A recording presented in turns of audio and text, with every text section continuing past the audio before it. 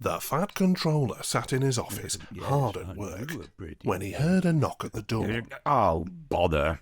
Come in. Sir? Ah, hello, Inspector. What can I do for you? The engine you purchased from Scotland has arrived, sir. Ah, excellent. Right on time. Where is he? They're waiting in the yard for you, sir. Good. They?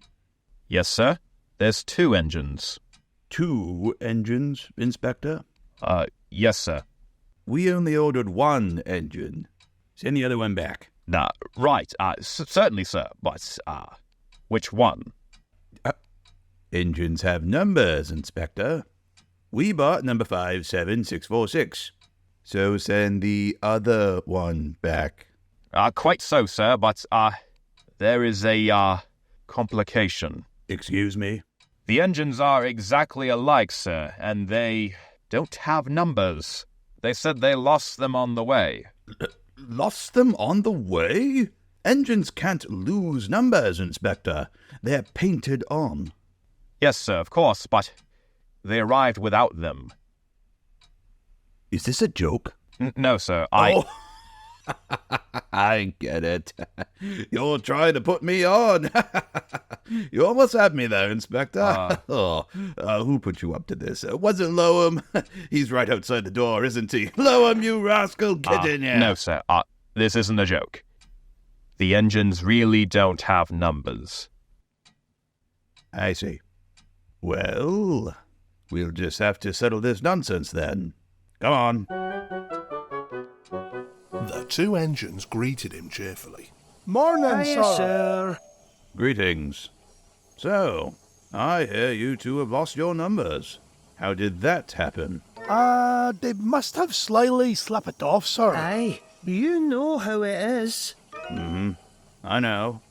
Accidentally. On purpose. Oh, sir, you wouldn't be thinking we lost him on purpose, would you now? Well, I'm not so sure. Numbers are painted on. They don't just get lost now, do they?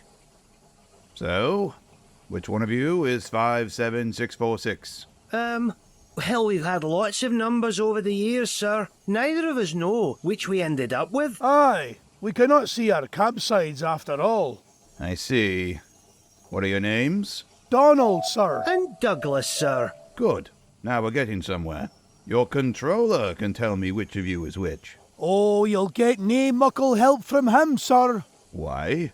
He doesn't know our names. How could he? We've only given ourselves names when we lost our numbers. Inspector? Yes, sir? Give these engines numbers 9 and 10 and put them to work. Right, sir? Ooh. Aye. Now listen here. If I'm to have an extra engine on my railway, then I expect double the output. One of you is playing truant, and I will find him out and send him home. Good day. Donald and Douglas were practical, peppery and proud. They enjoyed themselves in the big yard and soon became friends with the others. They didn't mind what they did. They tackled goods trains and coaches easily. For once the twins shunted them. Spike Doogie, would ya? Then take that! And there'll be more coming, should you misbehave. The trucks knew better than to try any tricks.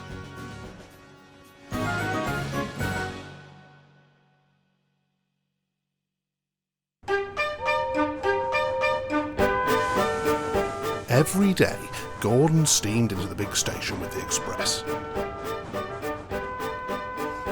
At the end of the train was a special coach for passengers travelling to places on Thomas's branch line. When the coaches are taken away, engines have to remember to shunt the special coach into the bay platform.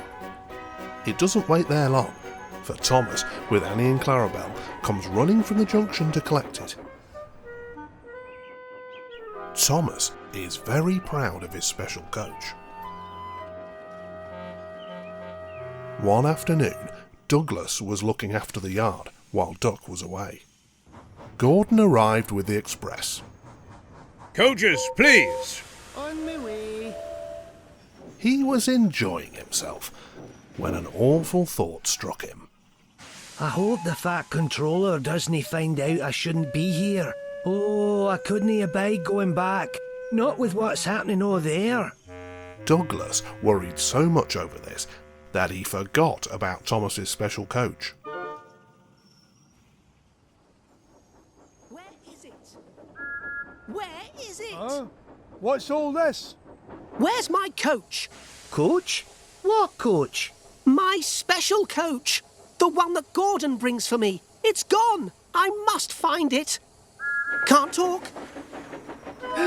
Lost sakes, Donny. I must have stowed away the special coach with the empties. Maybe I can... Too late, Dougie. Do you see that?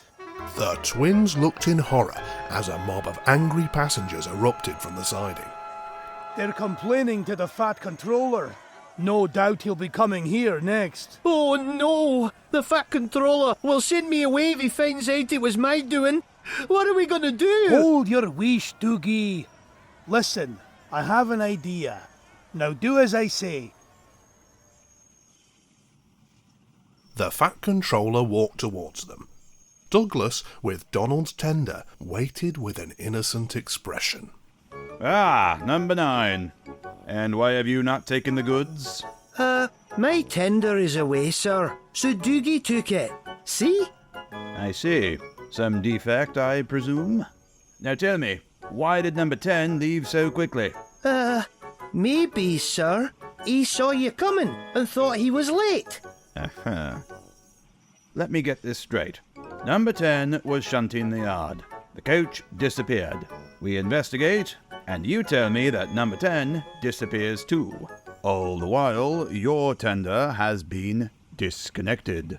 These are the facts, correct? Aye, sir? Good. So, Douglas, would you mind telling me why you're masquerading with Donald's tender then? Needless to say, the fat controller couldn't be fooled.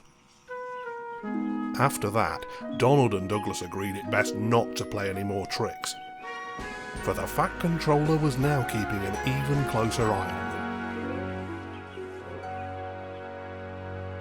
So, you're not meant to be here? Aye, I stowed away here with my brother. I can't abide going back to the mainland. Why not? You haven't heard? Yon diesels are taking over. Controllers are cruel. When an engine's turn is up, they don't repair 'em.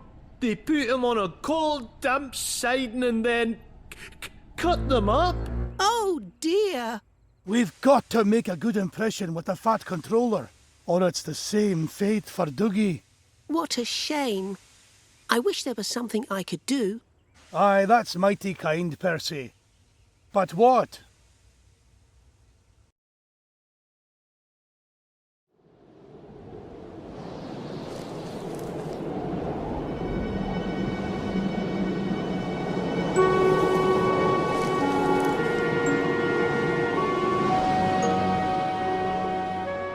Snow came early that year, and it was heavier than usual.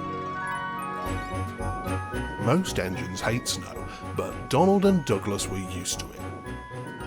Coupled back to back with a van between their tenders and their snowplough on their fronts, they set to work clearing the lines. Snowdrift ahead, Donny! Full steam! But even their good work in the snow wasn't enough to brighten their spirits. The fat controller would be returning soon with his decision. He'll send Dougie back for sure. It is a shame. They'll cut him up if he goes back. And that won't do. Surely one of us should be able to think of something.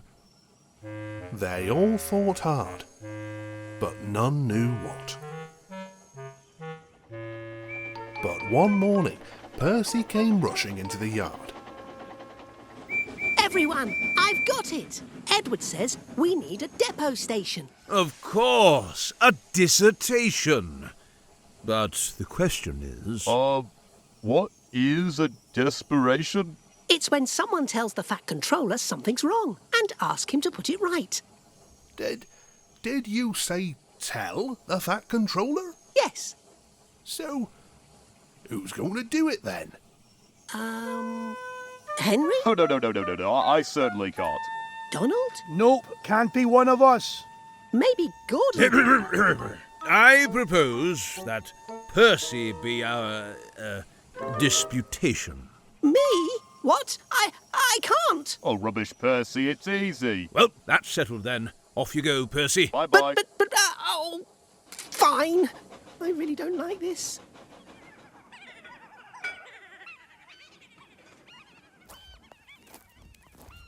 Well, hello, Percy.